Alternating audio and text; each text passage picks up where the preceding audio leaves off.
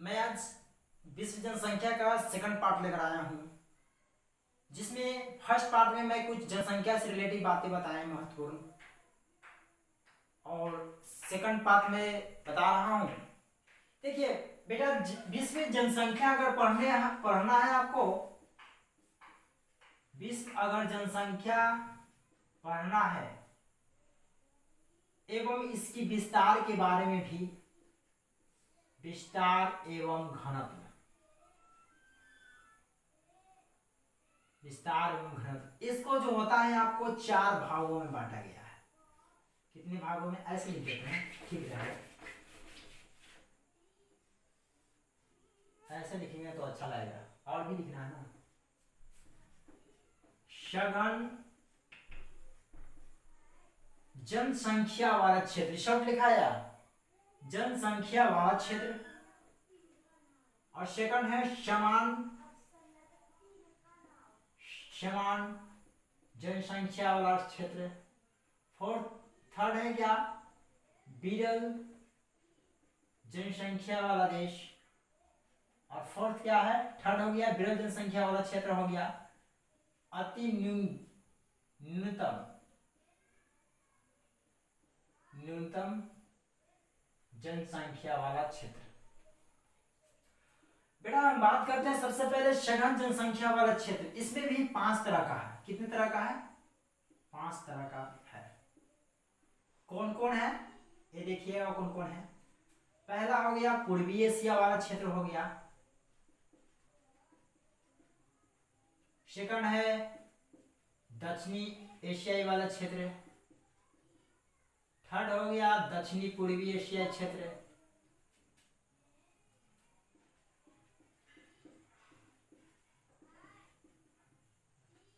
और फोर्थ हो गया आपको जाकर उत्तरी पश्चिमी एशियाई वाला देश। कौन सा देश है बेटा? उत्तरी पश्चिमी एशियाई, उत्तरी पश्चिमी यूरोप देश। और 5 आपका है उत्तरी पश्चिमी, सॉरी उत्तरी पूर्वी एशिया वाला देश, सॉरी उसको नाम क्या है? उत्तरी अमेरिका वाला क्षेत्र। उत्तरी अमेरिका वाला क्षेत्र जो है,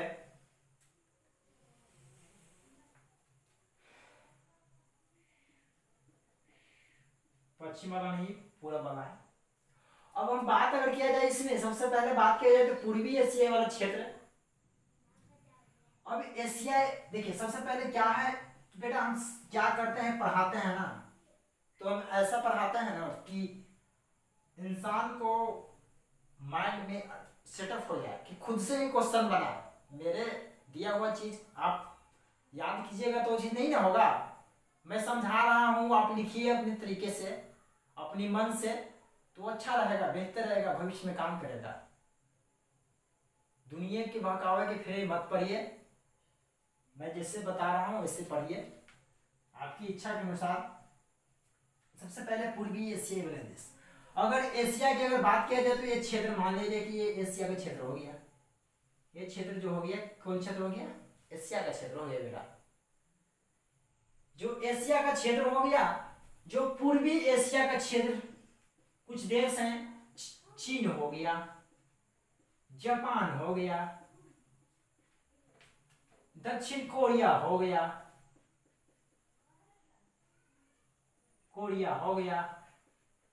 ताइवान हो गया, हांगकांग हो गया। बेटा बहुत इंपॉर्टेंट है, बहुत इंपॉर्टेंट। पूर्वी एशिया वाला क्षेत्र, जैसे जब चीन, चाइना तो यहाँ पर है ना, ये ऐसे अगर मानेंगे एशिया तो ये जो हो गया पूर्वी क्षेत्र, तो एशिया क्षेत्र हो गया, हो गया दक्षिणी क्षेत्र हो गया। तो पूर्वी एशिया वाला क्षेत्र कौन कौन? ये चीन तो यहाँ पर मान लीजिए, यहाँ हो गया ना चीन जो हो गया, यहाँ तक क्षेत्र हो गया चीन का, हो गया। और जापान इसके बगल में है, इसके साइड में जापान हो गया। और इसके बगल में जो हो गया आपको दक्षिण कोरिया क्षेत्र हो गया।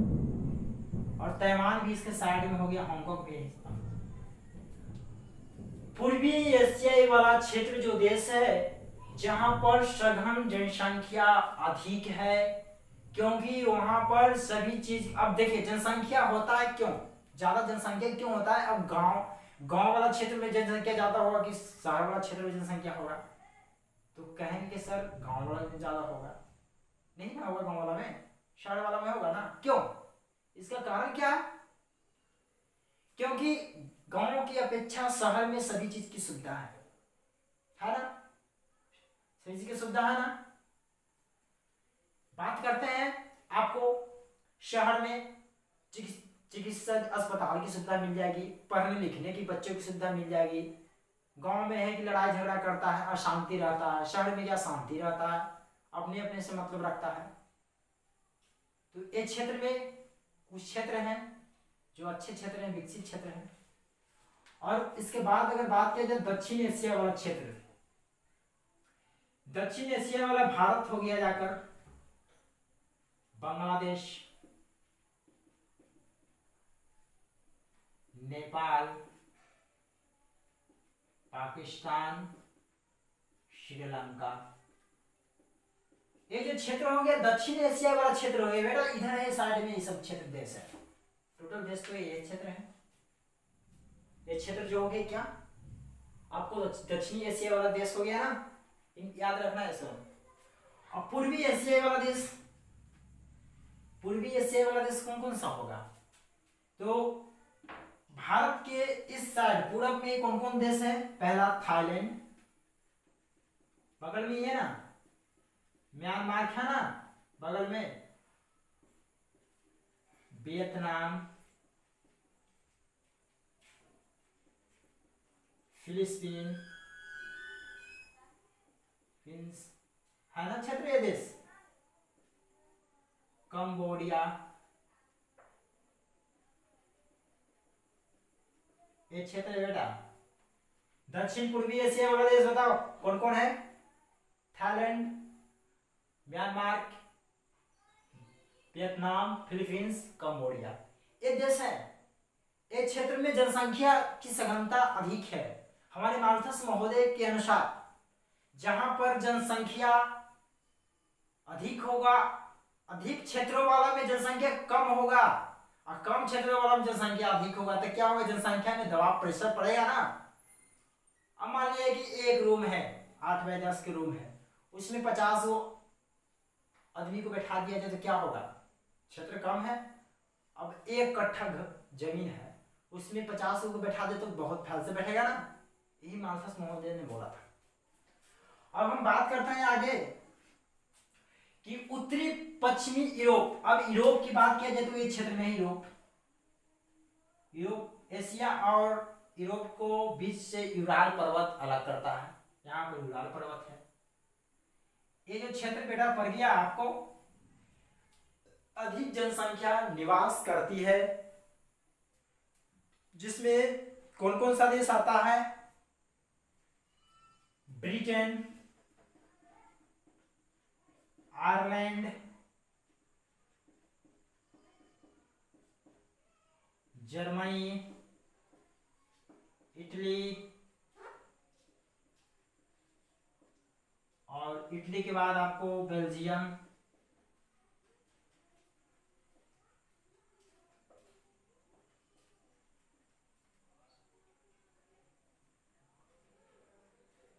देखिए एक बात बता देते हैं, रूस एक ऐसा देश है पूरे विश्व में कि जिस पर रात भी होता है दिन भी होता है। एक क्षेत्र में रात भी होता है और एक क्षेत्र में दिन भी होता है। ऐसा देश है रूस।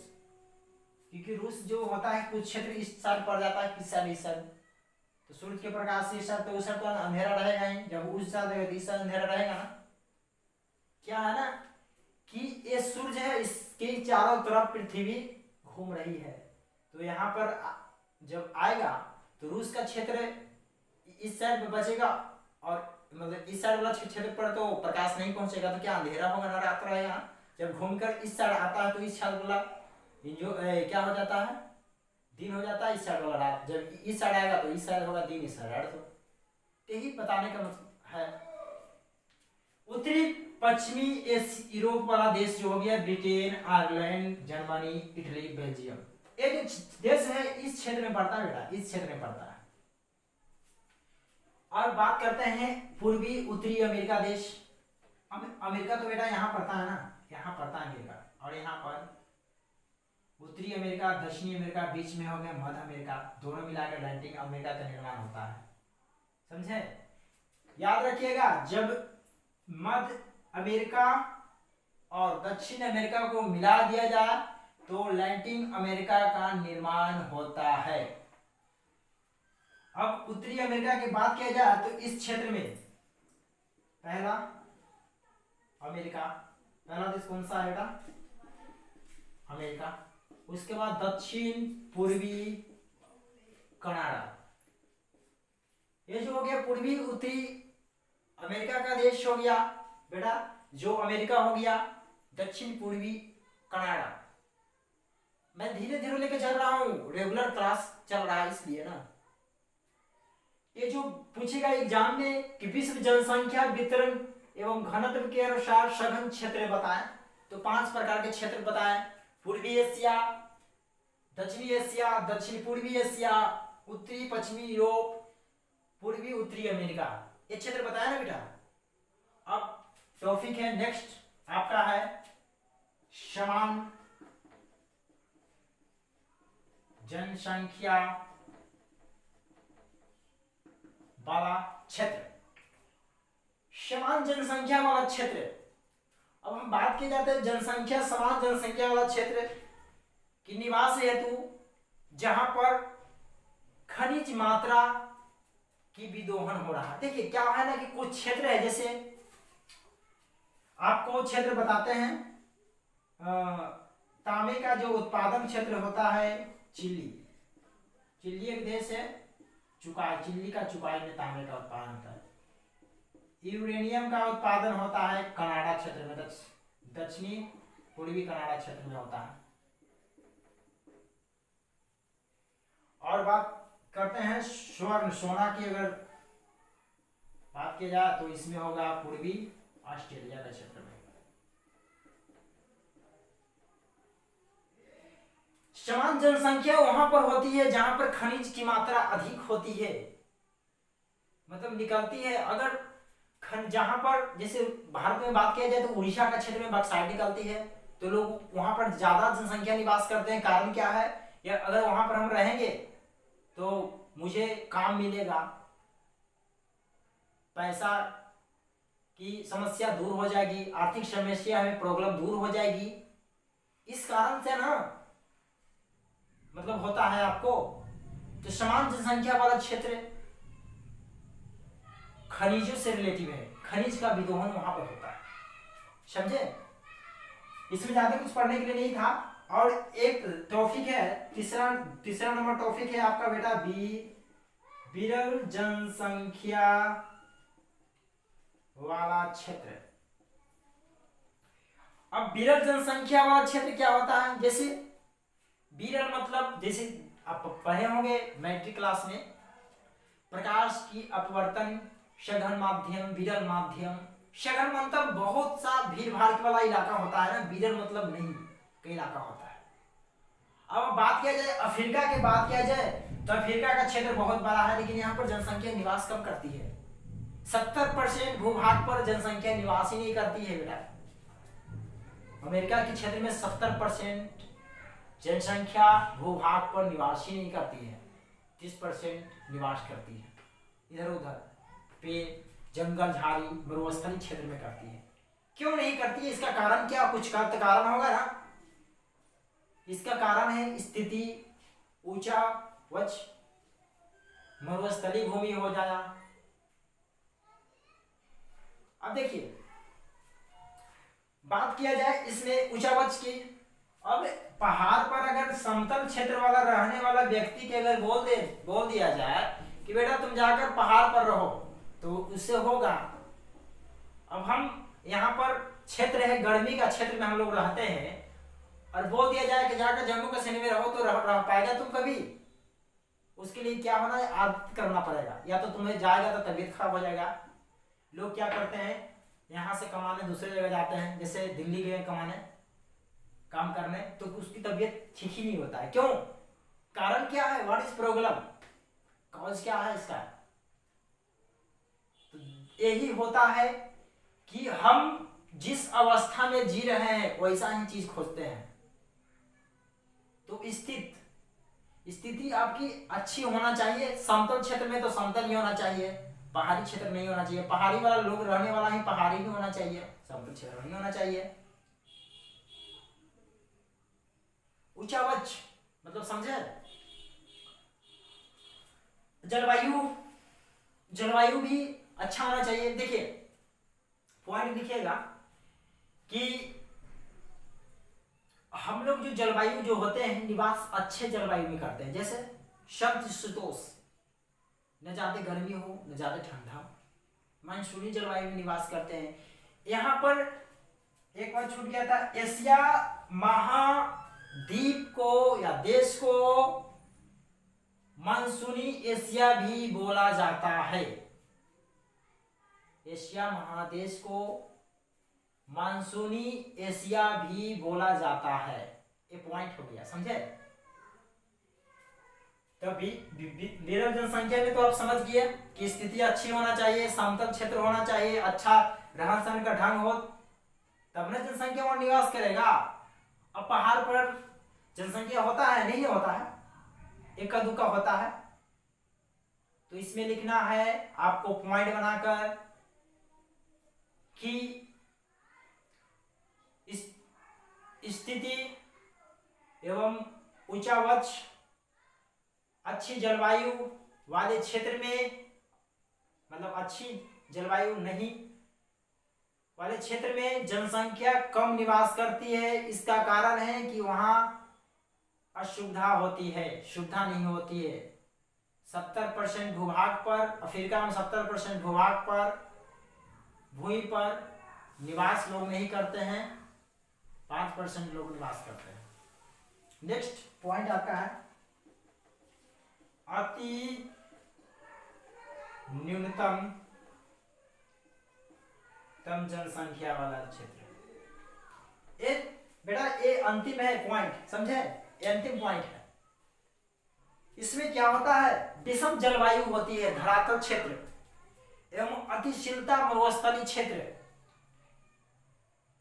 अब देखिए क्या है कि इसमें बीजल में तो कुछ कुछ आदमी था ना, अति न्यूनतम में क्या होगा, एक भी आदमी नहीं दिखाई देगा। जैसे अंटार्कटिका के क्षेत्र में हम दिखा दिए थे कि जनता विहीन होता है, जनसंख्या विहीन होता है, वहां पर जनसंख्या ही नहीं रहता है। अब ज्यादा गर्मी रहेगा तो तुम रहना पसंद करोगे नहीं ना, ज्यादा ठंडा रहेगा तो पसंद करेंगे नहीं ना। तो ये जो भारत पृथ्वी है, इस पृथ्वी की दक्षिणी क्षेत्र में ज्यादा ठंडा पड़ती है, उत्तरी क्षेत्र में ज्यादा ठंडा पड़ती है। सफेद मरुस्थल के भी नाम से ज्यादा जाना जाता है ये क्षेत्र वाले। तो क्या होना चाहिए, अति न्यूनतम जनसंख्या वहां पर होती है जहां पर विषम जलवायु अच्छी नहीं हो, या तो अति मरुस्थलीय क्षेत्र होता है, या तो अनिश्चित क्या होता है उसका अति निश्चितशीलता होती है। ये जो क्षेत्र होती है धरातल कठोर होता है, उबर खबर चीज होता है, तो वहां पर नहीं रहेगा, काम खत्म हो जाएगा। अब यहाँ पर लोग जाते हैं, रिसर्च करने जाते हैं, दक्षिणी ध्रुव पर गए रिसर्च करने, उत्तरी ध्रुव पर रिसर्च करने। सब एंडरसन जो दक्षिणी ध्रुव पर रिसर्च करने वाला पहला व्यक्ति, तो यहाँ पर जाते हैं कुछ दिनों के लिए ना। अब ठंडा प्रदेश में जाएंगे तो ऑक्सीजन की मात्रा कमेगी, बिना ऑक्सीजन में जाएंगे तो मर जाएंगे, नस फट जाएगी, ठंडा है, बर्फ जम जाएगा। हमारा टेम्परेचर 37 डिग्री है, अब जाएंगे जहां 10 डिग्री टेम्परेचर रहेगा, हम लोग जिएंगे नहीं जिएंगे। तो इसीलिए वहां पर जनसंख्या निवास नहीं करती है। अब होती है क्या, देखो ये तो आपको लिखा दिए कि जनसंख्या वितरण, जनसंख्या विश्व में कहां कहां सघन होता है, विरल होता है और सामान्य होती है और अति न्यूनतम होती है, एक बता दिए। अब इसमें एक और है कि जनसंख्या वितरण का प्रभावी कारकों को बताएं। कि बेटा जनसंख्या जो होती है, विश्व में जो जनसंख्या निवास जो करती है, इसका कारकों क्या है, इसको लिखना है।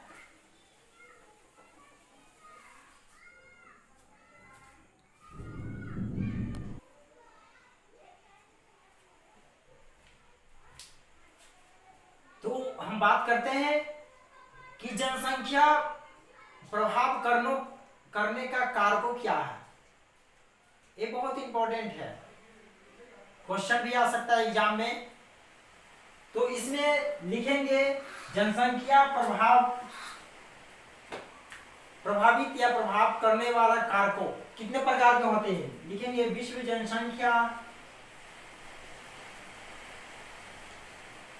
जनसंख्या प्रभावित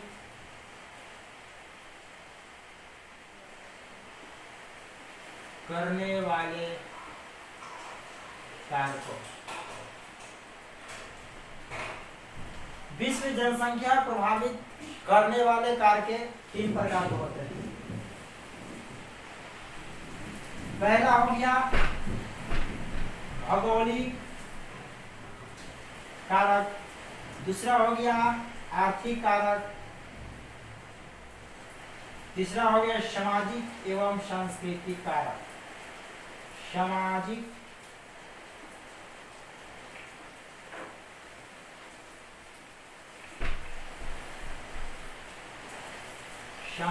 एवं सांस्कृतिक कारक। दोस्तों हम बात करते हैं पहला भौगोलिक कारक में क्या क्या चीज है। ये जो आपको 5 नंबर का एग्जाम में आ सकता है। भौगोलिक कारक जो होते हैं प्रभावित करने वाला कारक, पहला जो है भौगोलिक कारक। देखो भौगोलिक कारक क्या क्या है। भौगोलिक कारक क्या है, अब जनसंख्या यहाँ पर ज्यादा है तो इसका भौगोलिक कारक क्या बताएंगे ना। तो भौगोलिक कारक डैश, ये जो होता है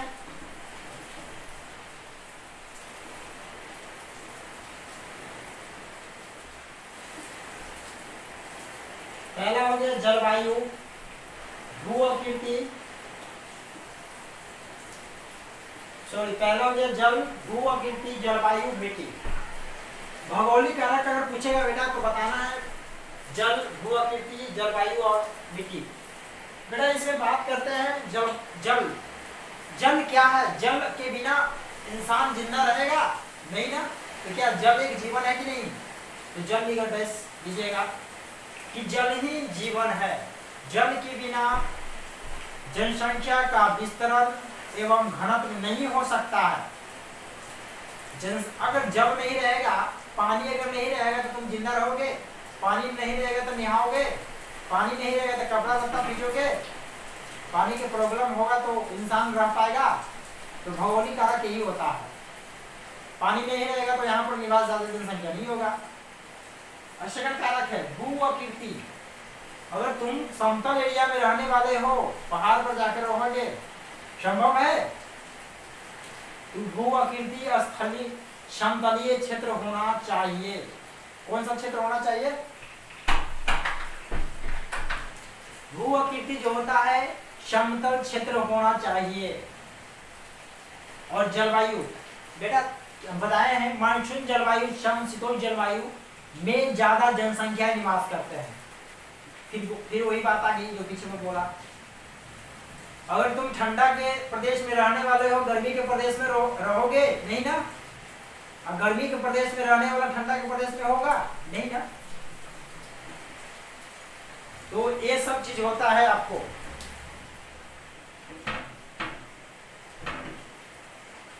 ये सब क्षेत्र जो होते क्षेत्रों में इंसान जो ज्यादा निवास नहीं कर पाता है। जहां पर मौसम अगर अच्छे रहेगी, जलवायु अच्छी रहेगी तब ना इंसान निवास करेगा।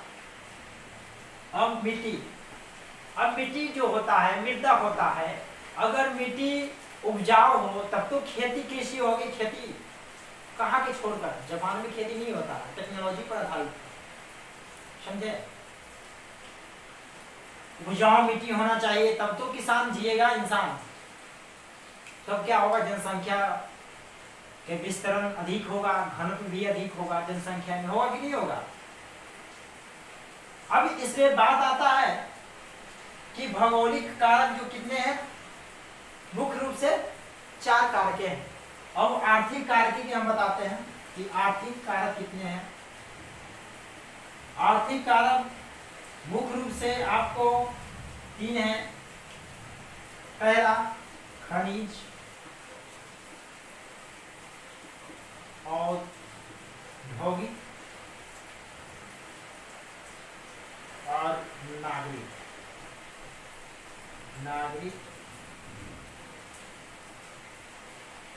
करणीय क्षेत्र, नागरिक करणीय क्षेत्र।